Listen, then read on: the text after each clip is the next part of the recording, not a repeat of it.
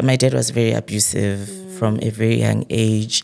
I had to witness things that it was unfair for me to witness at that time, even though he was not physical with me, but he was very verbal. So it was intense. Our relationship was already not, so having to share a room with him was not a nice experience. Let me introduce to you the new kid on the block. Mel La Vie is a new skincare range that recently launched. It is for face and for body. We deal with hyperpigmentation, anti-aging, wrinkles, natural glow. We also deal with dark inner areas. We target dark inner thighs, dark armpits, dark neck, dark elbows, dark knees, you name it. We also have a shaving combo. This shaving combo deals with ingrowns and shaving bumps. Both men and women can use this good quality product shaving range.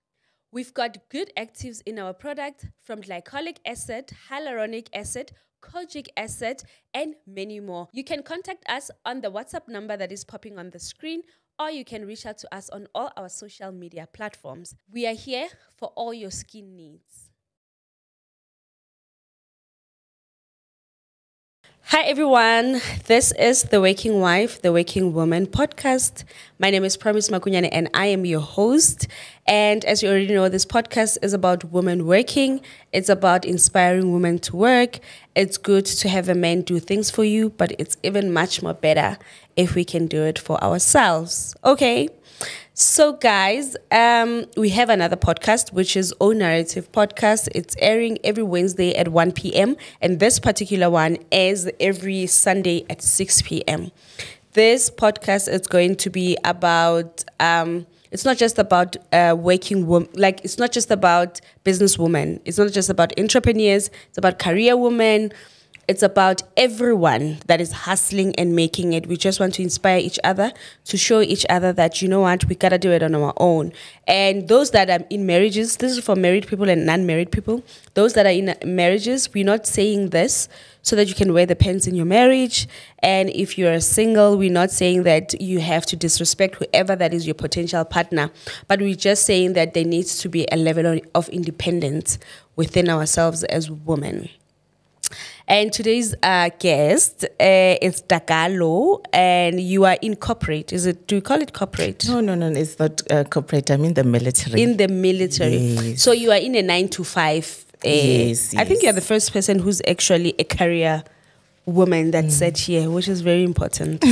Yeah, because there are other people that are very interested in climbing the career ladder. Yeah. Are you interested? Obviously, you are interested in that. Yes, I am. What is the goal? What is the last goal for you?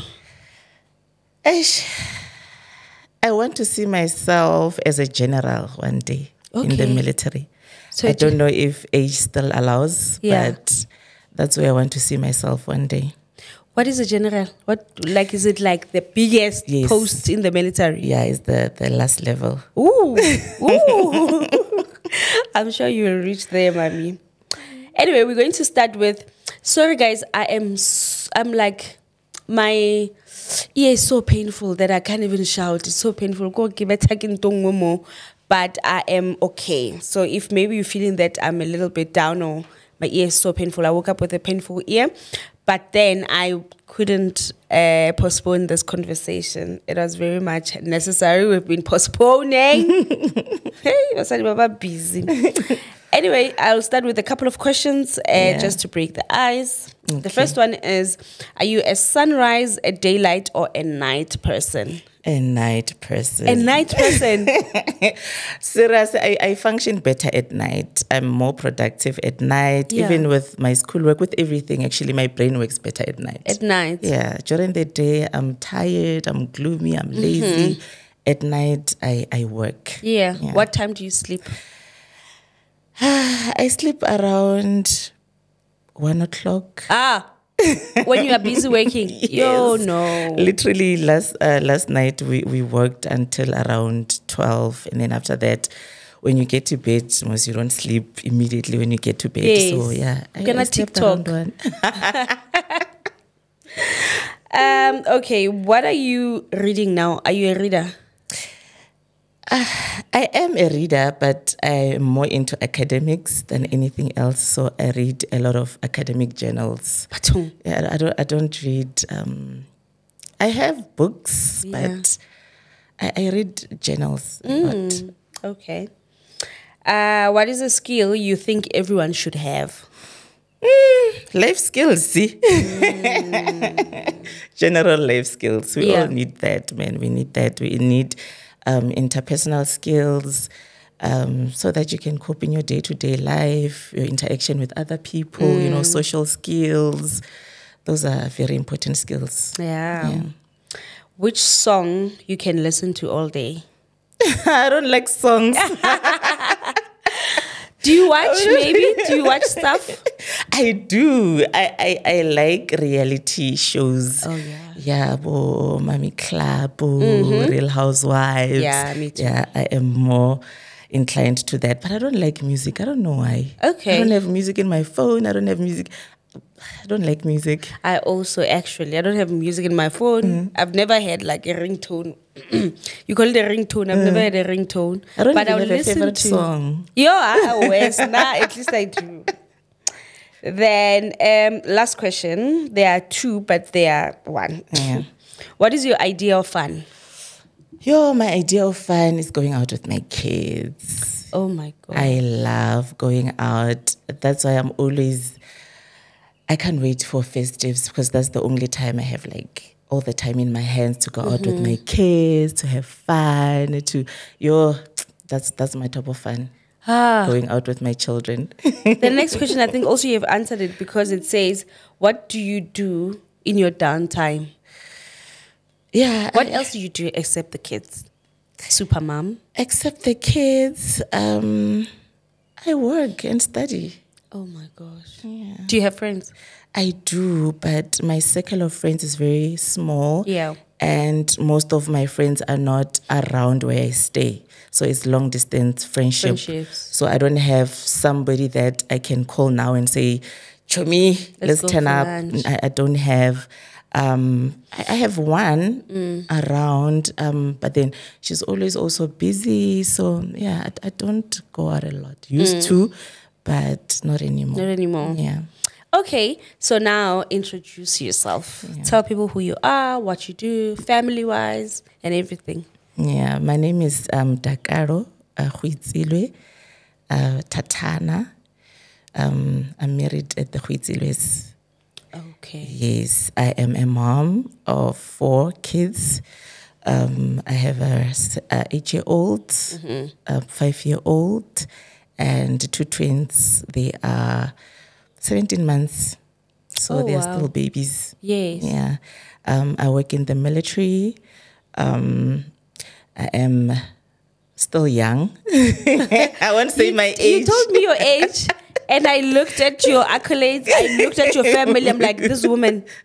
I got married young. I got married when I was 22. So I was still a baby when I got married. That's why I've been married for 10 years now. Yeah, I got married when I was a baby. I'm currently staying in Potchefstroom, where I'm currently working. But I was born in Venda, Sintumore.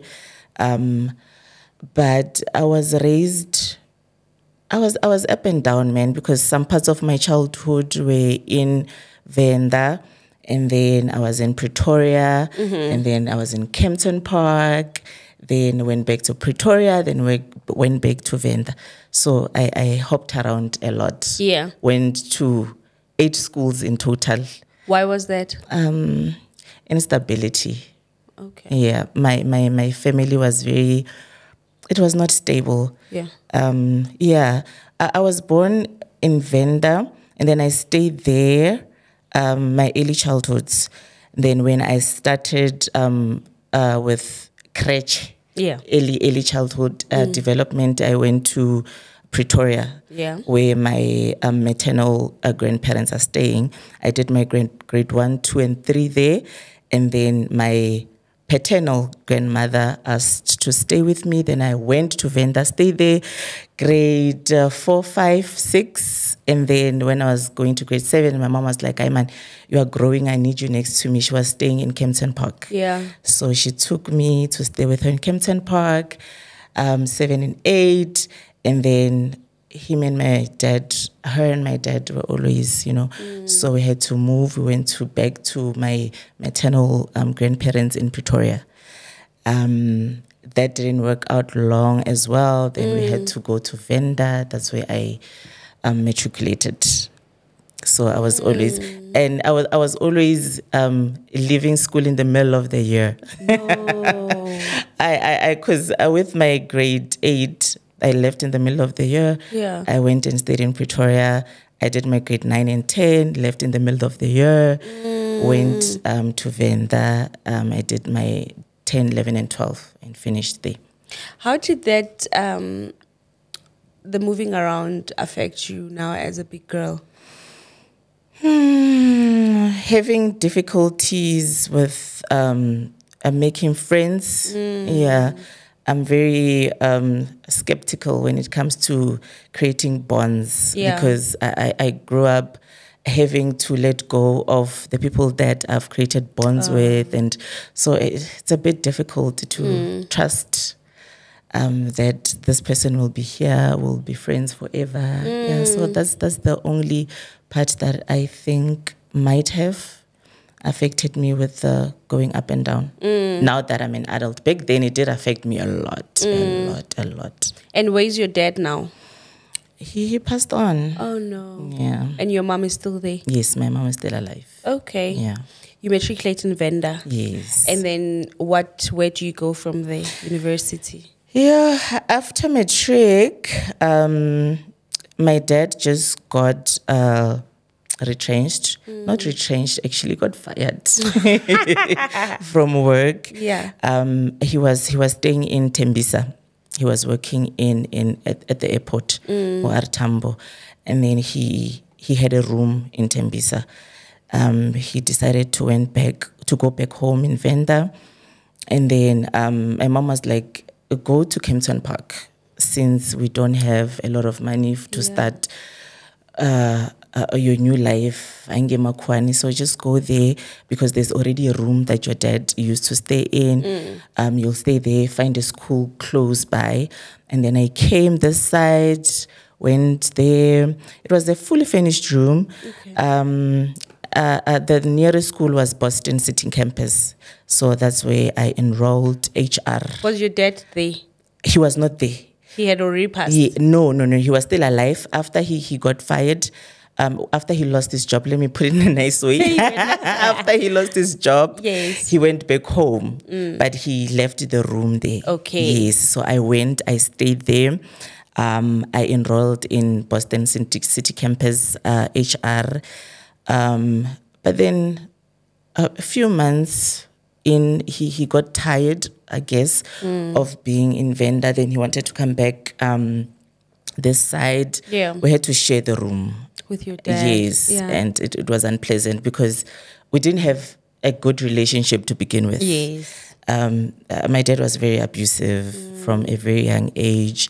I had to witness things that it was unfair for me to witness at that time, even though he was not physical with me, but he was very verbal. So it was intense. Our relationship was already not, so having to share a room with him was not a nice experience for him as well, man. You could see that he feels that I'm invading his space. He would even openly say it, that I'm disturbing his peace, this and that, up until this one day that he couldn't take it anymore. And he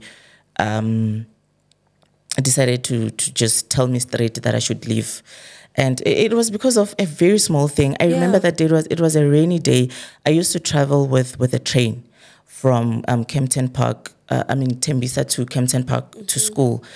That day was raining, so I had to stop on my platform so that the rain can, But then as you are walking, there's mud and when I got to the room, he was cleaning. Yeah. So I accidentally stepped where it was still wet, and he started screaming. Oh my He God. yelled, and I was like, you should leave. You should leave. Pack your things and leave. And I thought he was joking, but he went on, and until I just packed, and it was late. So I just had to pack my bags, and I didn't even have money because I was struggling even to go to school. There were times when I would even would call it unamela mangobe. Okay. Yes, Venda. Yes, no, not huaika. Unamela illegally, to board the train illegally without a ticket. Yes. I remember this one time I even got caught.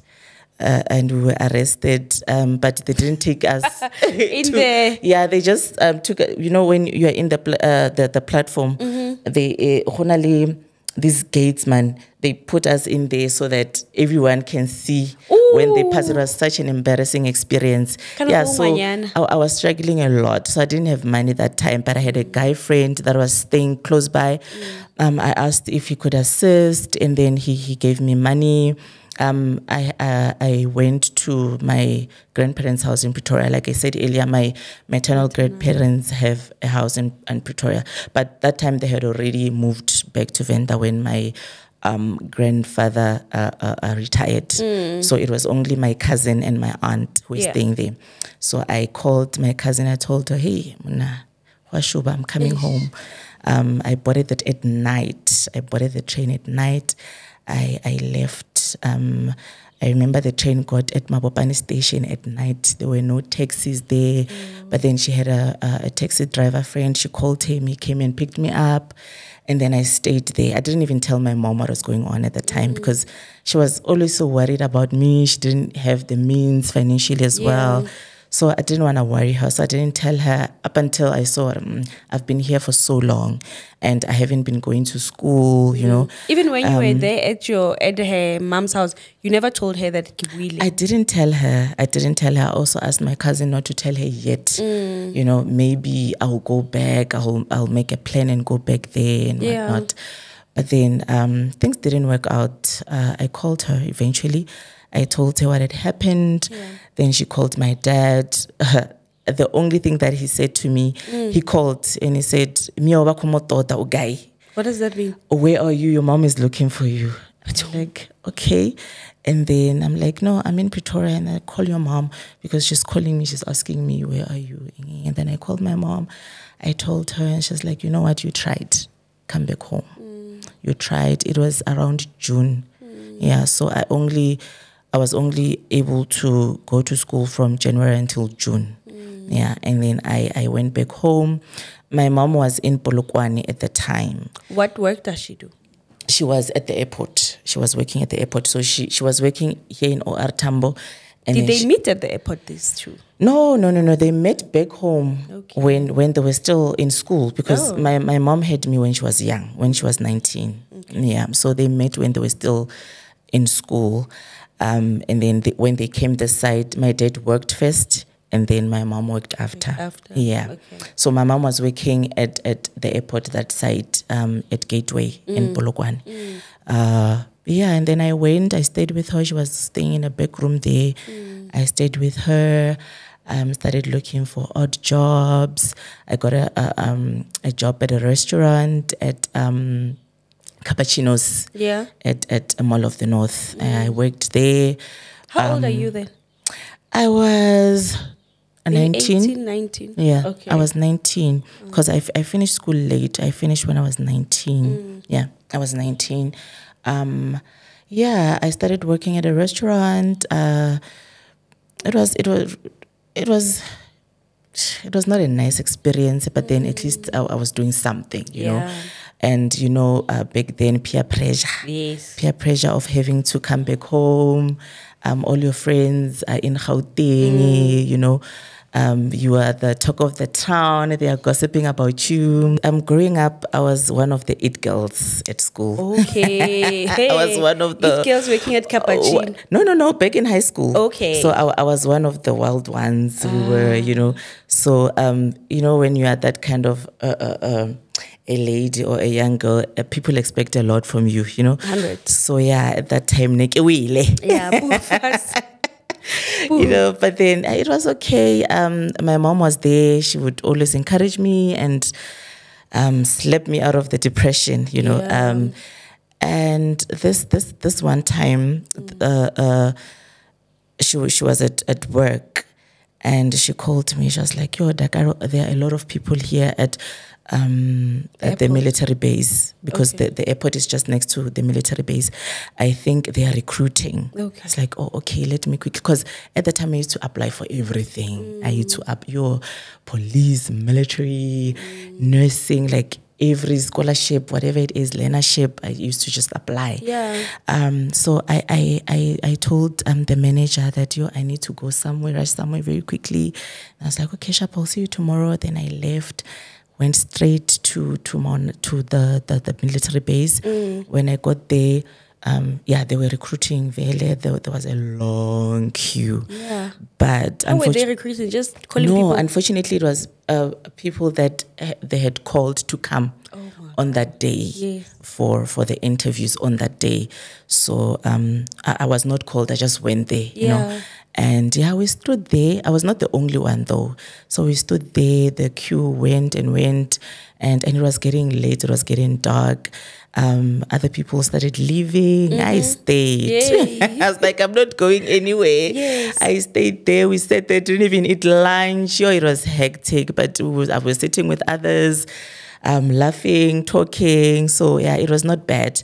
And then late, the guards that were there were like, "You know what, guys, there are extra rooms inside, because the people that are here for the interviews are going to sleep here. It's a 2-day process thing, so they are going to be around here. So we can accommodate you, because we can see Don't that they ask you that guys were sitting. You guys must go home." No, they didn't. The guy that was there he was an old man, and he was very compassionate and understanding. So I was like, let's accommodate you, but tomorrow morning, try to go home. Blah blah blah blah blah. And then we went. I shared a room with this other lady. We slept. In the morning, I had to go back outside the gate, because I'm not part of the people who are being interviewed, who are going through that process. So I went back outside. While we were there, we stayed until around 12 still the following day.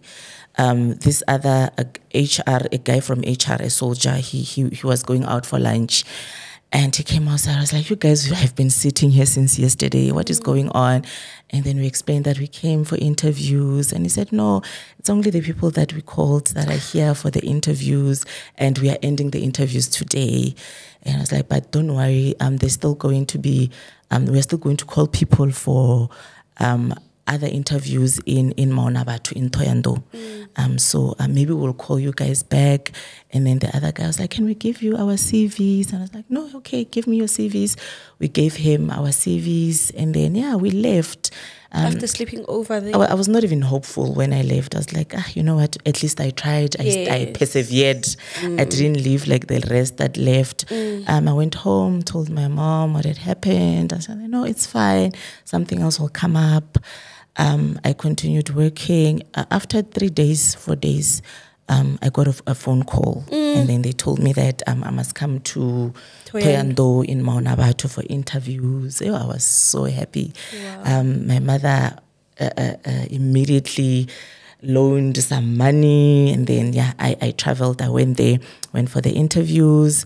Then they told us it was around November, October, November. And then they said, in December, we'll call you. If we don't call you in December, Imagine December from if October. If we don't call you by the end of December, you should know that you didn't, make it. Yeah. And then my December was very long. I'm sure. It was very long and stressful. I even left work. Yeah. I didn't go back to cappuccinos anymore. I just spent most of my days sleeping, stressing, waiting for a call. But they finally called me. I was so happy. They told me to bring this and this January. You're gonna go to Ozoren. You must buy techies. You must buy what? You must pack this and that. You're waiting. My mom bought me a BlackBerry. I didn't even own a phone by then. Oh my gosh. The way she was so excited, she got me a BlackBerry nyana. And then January 2013, we went to infantry school in Oudtshoorn. That's where I did my basic military training. And then after the training in October, they posted me in Potchefstroom, where I'm currently working now. Yeah, so that's how I started working in the military. Wow. So the basic training is that tough physical. Yeah, that's the basic training. And then the first job, what do you do? Actually, my cousin is in the military but Pretoria. Yeah. But she is, I don't know, I think a lieutenant. She's in mechanical side of things. Yeah. So after you went to training, what work do you do? Like, you're just doing basic entry-level work. What work do you do? After basic training, I did dog handling. So it was just operational. Okay. Yeah. All right. Yeah. And then when now do you meet your husband? I think in between that now. Yes, I met him at work. Okay. Yes, I actually met him when I was still doing my basic training. But then I didn't have time for those things, man. Basic training was stressful and we were always scruffy and sweaty and smelly. So he did his basic training in 2011. Yeah. So he was already 2 years in the system. So when I met him, they came for a different course. Okay. Yeah. So they just looked at us. I'm a fresher.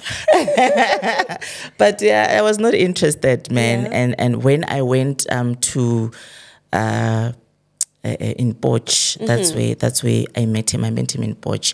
I actually prayed, for that husband of mine, because I started dating young, and I got a lot of heartbreaks in the process of dating and whatnot. Yeah. I remember in 2013 when I went home for December, I was shattered. I was heartbroken. I even told myself this December, I'm spending it Komoria with my grandparents.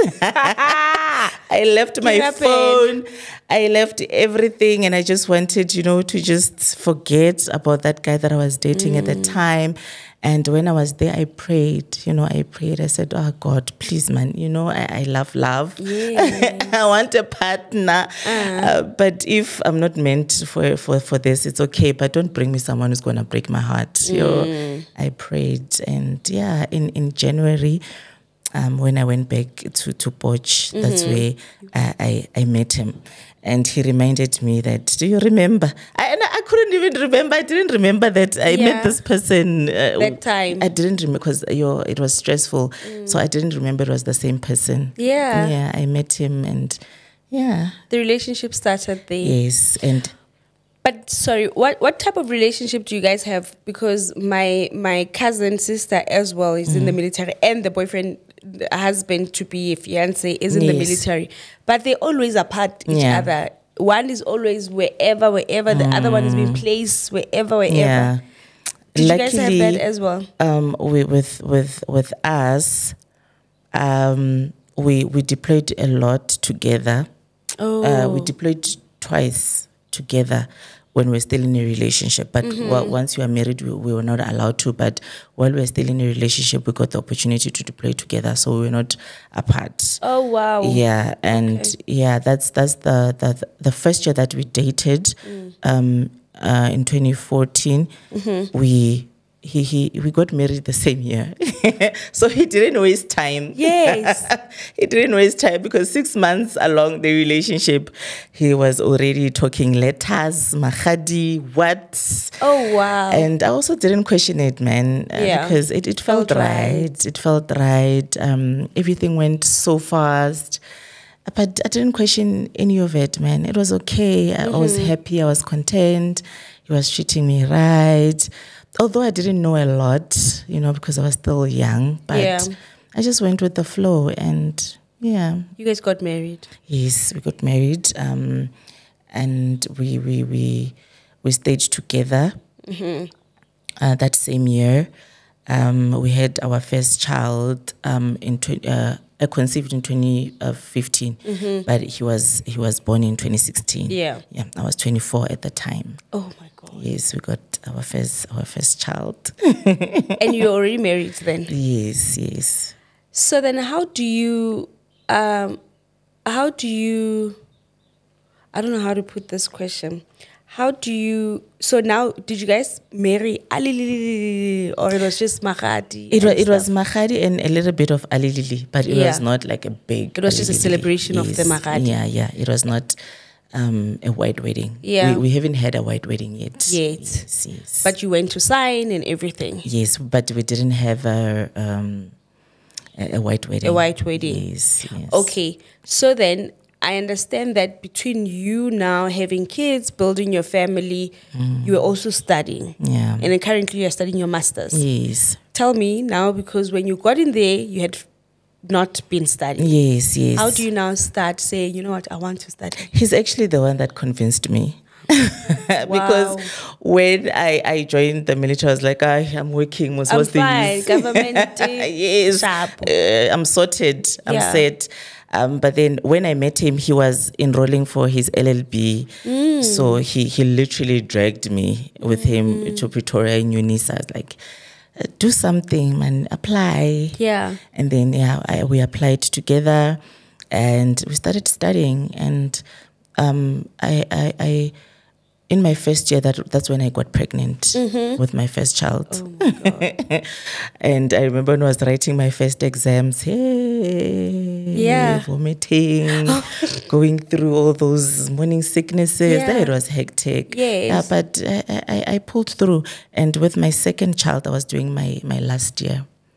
So last year it was practicals. Now I have to go up and down. It was difficult, but he was there to support me, and he was always, because I didn't want to register my last year. I was like, "You're going to do it. What's going to stop you? You're not sick. You're pregnant." Wow. Oh wow! So I studied, and he was also studying, but I graduated before him because there's a period that he had to go to DRC on deployment when I was doing my last, when my second born was born. Yeah. He left for almost 12 months because it was the time of COVID. He was actually supposed to have left for a year, but then they got stuck that side and they stayed longer. And it was tough because I was alone. I was studying. It was hectic. But then my mom was there. And I sent the younger one at home to my mom because I was really struggling with the helpers. I got a nanny, but it was so. My mom was like, you know what, Indione, Dakalo, bring the child. Yes. So the younger one went, and then I was left with the other one. And I carried on studying. I graduated while he was away. Wow. In DRC. It was such a sad moment for me. Because he's the one that pushed me to do this. Now he's not here to witness everything. So it was sad. But I video called him and celebrated over the phone. But it was not nice. And And then you gave birth while he was away still? I gave birth before he left. Before he left? Yeah, before they left. I gave birth before they left. But then in that period, there's a whole 1 year also of being away for the training and whatnot, or the retraining to prepare to go that side. So, he was away when I was pregnant that time. But then when I gave birth, he asked to come. And then, he came. He was there. He stayed for like 2 weeks and then he had to go back again. Yeah. Sure. He came back when Z was 2. Yeah, Z was 2 when he came back from the child DRC. Did not know him. Yes. Oh,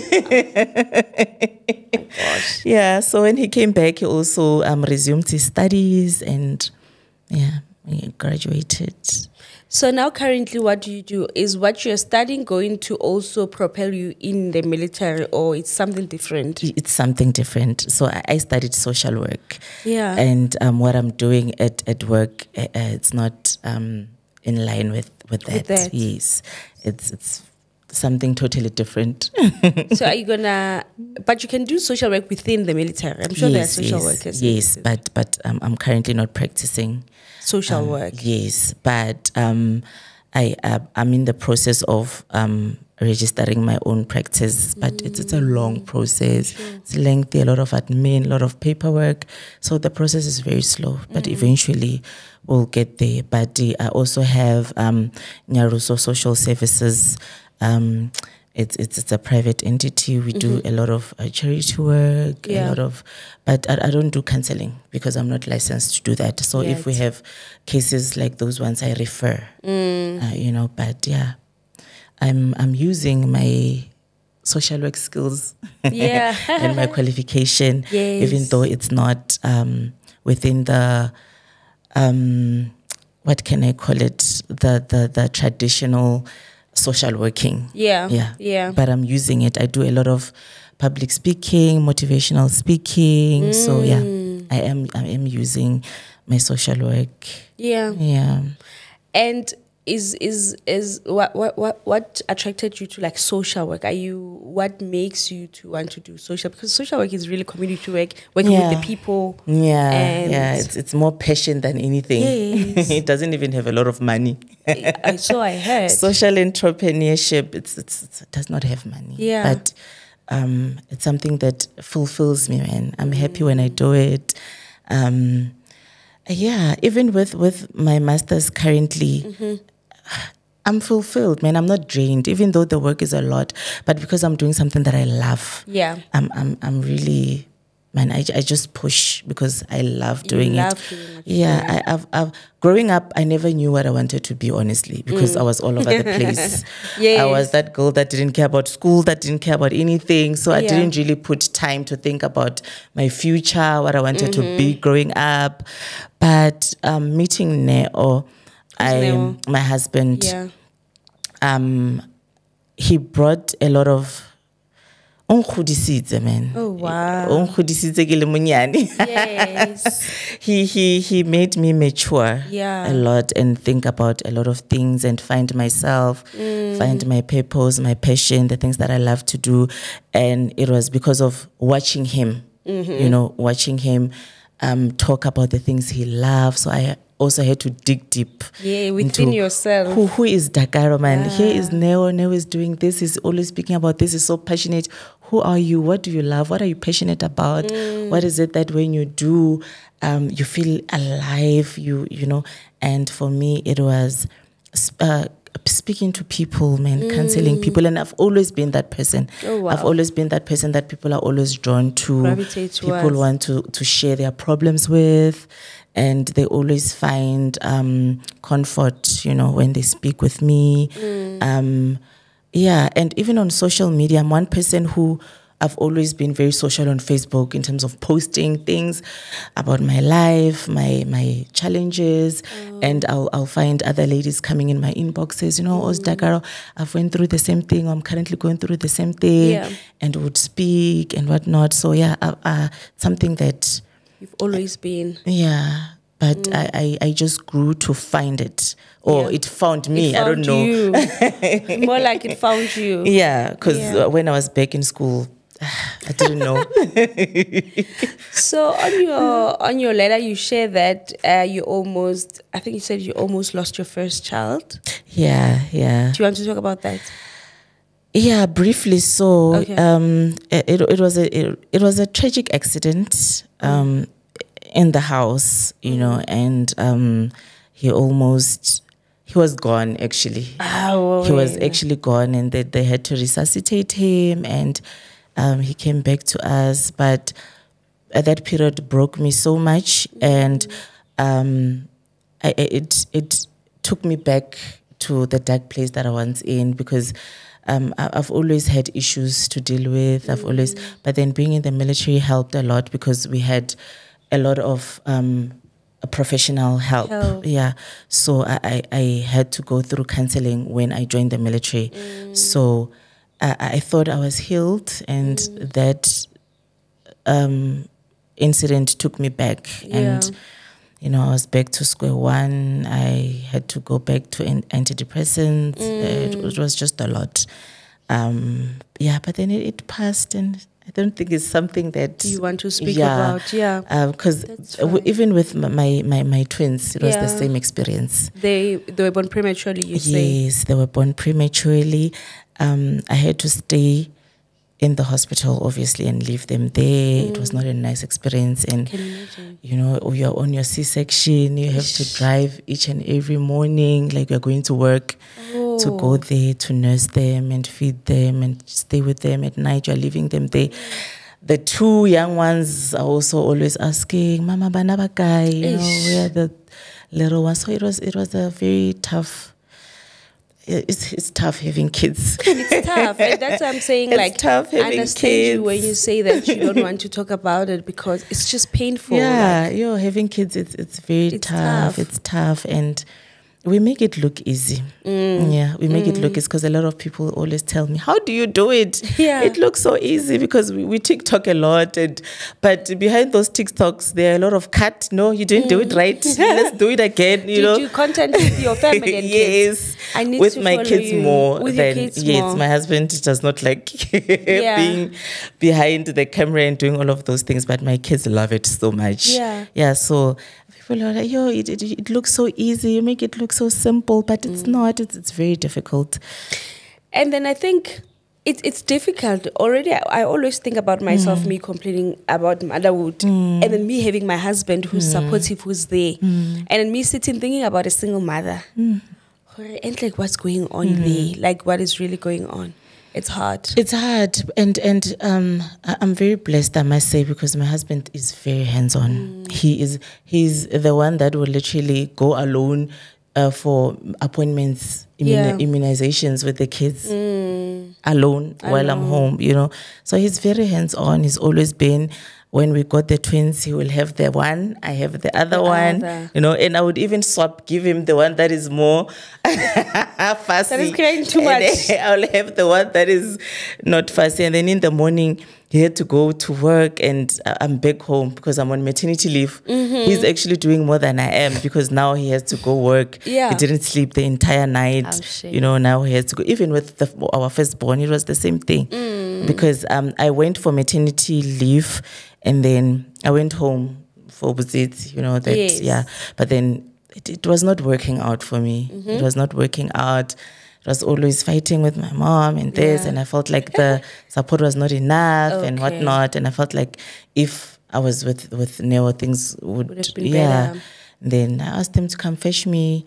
I left before my maternity leave could end. And then, even though my mom didn't like it, I was like, I'm going, I want to figure it out on my own. And I went right to the lack of letting, and we did it on our own. Even with this, with my second, he was not there. So yeah, my mom was there, and with the twins, it was me and him and the helper. She was there for a certain period, and then she left, and then it was me and him. Do you guys stay with your kids in Potch? Yes, we stay with our kids in Potch. Yes. And then your in-laws? My in-laws are in Pamperstad. They stay in Pamperstad. Is it that side as well? Yeah. Is it Northwest? No, in Northern Cape. Oh, yeah. So far. Yeah, so my husband is from this. He's from Pamperstad. Is it Tswana? Yes, it's Tswana. Okay. Yeah. So his biological mom passed, but he has his aunts that raised him, and they are also their support system, but they're far. Everyone is far. It's just me and him there. Yeah. And my mom is the one that's closer to you guys. Yeah. And how are you as a wife? How are you juggling motherhood, being a wife, and working? How are you juggling all that? I am just winging it, to be honest. Half of the time I don't even know what I'm doing. It's difficult. But having him around helps a lot. But it's difficult, man. And I feel like with everything that I'm doing, I'm not even able to give 100% in everything because I have to split myself so much. So with my work, I can give it 100. With my school, I can give 100. With the kids as well, you know, because there are certain things that I wish I could be there all the time when those things happen, but I'm not there. I'm at work. Even with the school, I'm not doing as good as I could be doing or as quick as I could be if I was not working. Even with my military career, you know, in the military, for you to progress, it requires you to not be too area bound, you know. Okay. It requires you to be able to move around a lot. And it's something that I'm not able to do a lot. Family, Yes. yeah. So I can't progress career-wise because of that, because I can't. There are certain courses that I have to do in order to get promoted, you know. At least I was fortunate enough to do one that I got promoted, and I'm currently a lieutenant. But going forward, I'm not sure how I'm going to be able to go, you know, with the kids and with everything. Eish. And my body as well, because it's physical things, you know, so it's tough. It's tough, but I'm content. I'm at a place where I'm okay. I'm okay with where I am. And yeah, anything will happen. Whatever that is supposed to happen will happen.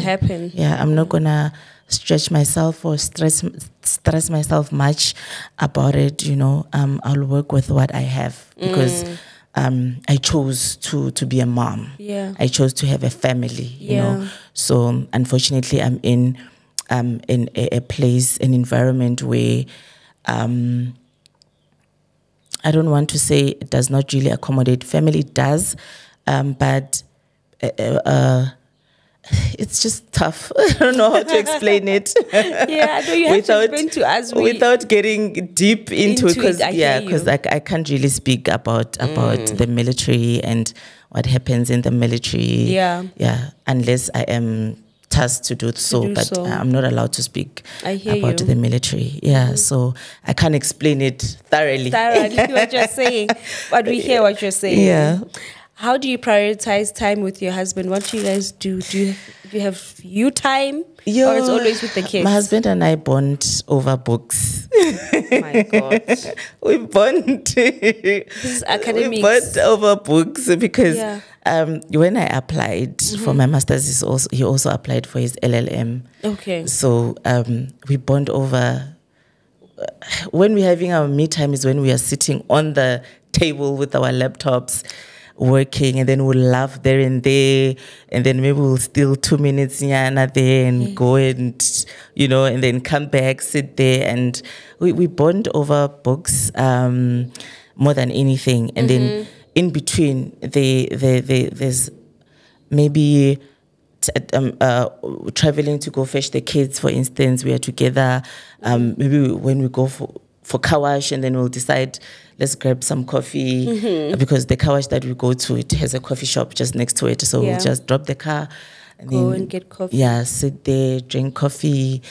And we don't have a lot of time, me time, because after fetching the kids, it's child. Yeah. Because I have to prepare dinner. He has to help with the homework. Yeah. We are tired, and then they bath, they sleep, and then after sleeping, then we have to now do our schoolwork. Then that's when it's our me time. I cannot even imagine doing schoolwork. Guys, you look up I graduated once and I think I'm enough. Yeah. Like, I can't imagine me now talking about schoolwork. It's tough. It's tough. I applied for my master's when I was pregnant. No. And I had to go up and down campus with that big tummy, with the young ones judging me, looking at me like I disappointed my parents. Hey, what's happening with this? You know? Yes. Yeah, so, but then I juggled it. I did it. There's times when I had to submit things when I was literally on the bed giving birth. My supervisor was, because I didn't even tell her that I was pregnant at the time, because I didn't want her to treat me differently. I didn't want her to feel sorry for me, to not hold me accountable for not submitting, you know. So I didn't tell her. I only told her at the end, when I didn't have a choice, you know. Then I told her, and then we worked around it. Yeah. You said you were working till 1 a.m. Working, what do you mean? Studying? Yes. We were, but it was actually his work. I was assisting him with his work. So, what does your day look like? Take me through the morning. This is my second last question for you. Take me through when you wake up, what time you wake up, what do you do until you go to bed? Okay, in the morning, he does the lunchbox. Okay. Yeah, he doesn't like to do it the day before. Like I always advise him to. Fresh. He doesn't want Fresh food for my children. My kids don't like what I pack for them. Okay. They prefer because there is creative. He's more creative than I am. Okay. So he prepares the food while I prepare the kids. And then we drop them off. We work at the same place currently. Yeah. There was a period where we were apart. Within my promotion, I had to move somewhere and whatnot. But fortunately, I'm back home. Yeah. Apart, how far apart? 200 kilometers away. So you were staying there? 300. You were staying there? Yes, I was staying in Kimberley. And then he was staying alone with the kids. Do you guys have a nanny?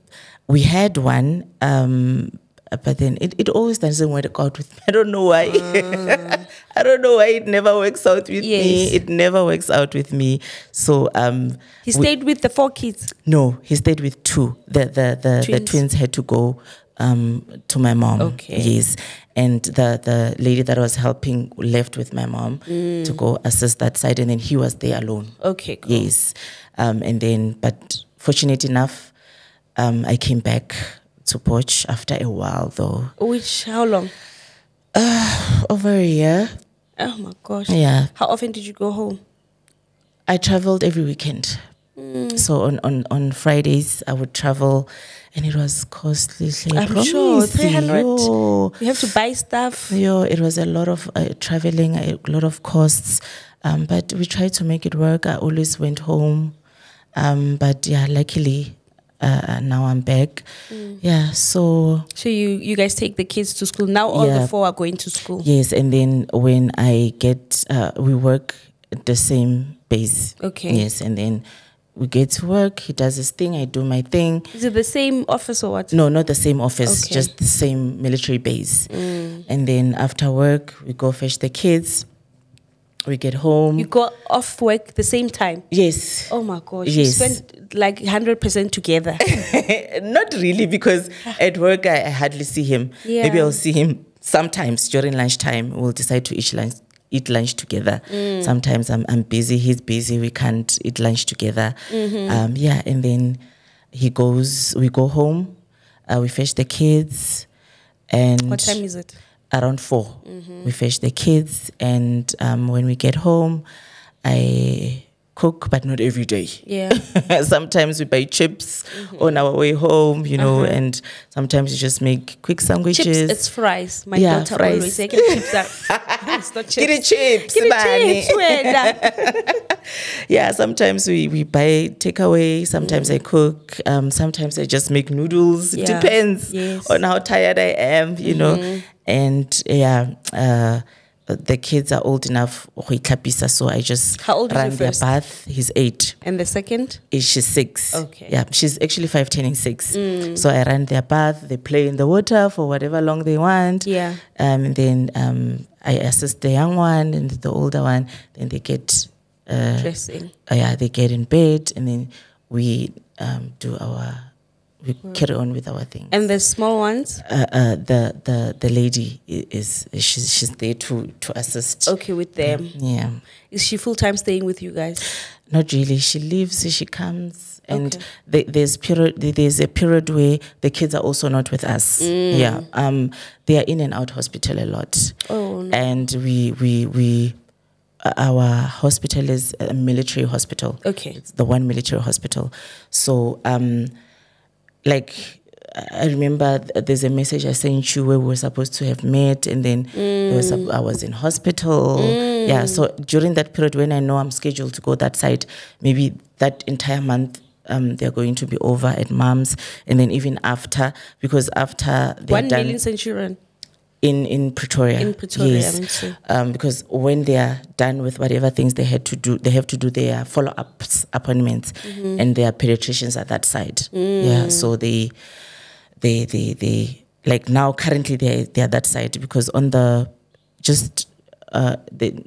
week after this one that we're going into, one has to go back for something else, So yeah, having prem babies, it's a lot. It's a lot. They're always very sickly. Oh. But I am so grateful for my mom. I don't want to lie. I'm so grateful Honestly. for my mom that she's there, and my stepdad as well, you know. Yeah. So now your two kids are with your mom currently? The Yes, small ones. yes. Okay. Yes, they are not full time with us. 1 minute they're here, 1 minute they are back with my mom. Yeah, but at this current moment they are there. I'm gonna fetch them now during festives, when I take my festives. Yeah.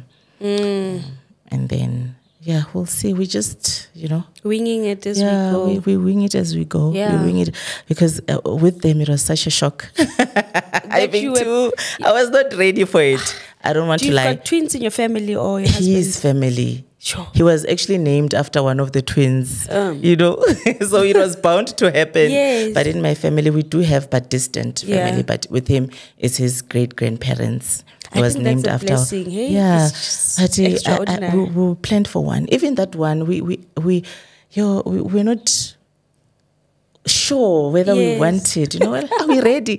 Do we want? No, man, two is enough. No, man, we at some point we're like, no, let's not. And then let's. And then, we finally decided, okay, let's try for at least have 3. Yeah. But then we are here with 4. Oh my gosh. Not willing. Just out of the by default. Yeah, it's a lot. Yeah. But we are trying to juggle, because even with the medical appointments, sometimes he cannot go because Yeah. of his school commitments. Then I have to go. Sometimes I can't go. Then he has to be there, you know. So it's a lot. But sleeping, you know, they want the mother there. So every time they are hospitalized, I'm the one who's there with them. Oh my God. Yeah. And then the other one would be with my mom. There's never been a time that they are together there. It's always the one. The one. Yeah. And then next time is the one. And then next time is the one. So I wonder how, it's just that they're very young. I was saying, I wonder how it makes them feel being separated now and then. And having to, you know, but they said with prem babies around 2 years, 3 years, They will be start stable now. developing normally, you know, But it's nothing like major, severe. No, it's not severe, but they need a lot of Medical monitoring attention. and Are you having more babies? No. Are you done? I will die. Oh, Because what even die? with this one, I was on that table for 2 hours. Oh. I was on that operation table for more than 2 hours. So I don't think ke tla ba ke testa Modimo. But your age still allows. It does, but I'm fine, man. Like I'm okay with the 2 that I have, the 4 that I have. Like it's stretching as it is, you know. It's it's a lot Financially. Yeah, financially is not as bad as I thought. Why? Because even before they came, I was always stocking up, like with every month when we have grocery, I would make sure that we buy tins, and so we had like a room full of things, Baby and stuff. because we were getting ready, I thought it was going to be bad. Like, so mentally, I think it's not bad because I prepared for the worst, you know. So it's not as bad as I thought. you thought. Yeah, we are managing. Maybe well. we should say you prepared. Yeah, let's put it that way. Yeah, because once I found out these twins, I was like, yeah.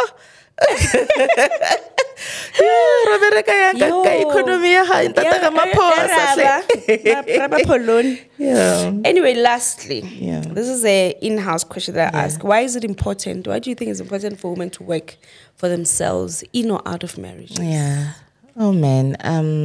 More than anything, it's important to empower yourself, man. You can't just sit there and be a furniture. Yeah. Or kapemoto. You know, you have to do something for yourself. You have to make a name for yourself. You have to do something that fulfills you, so that you have a sense of purpose, man. Yeah. You know, you can't be waking up each and every day and not knowing where you are going, not knowing what is it that you are going to, like, you have to have something, man, in hand, because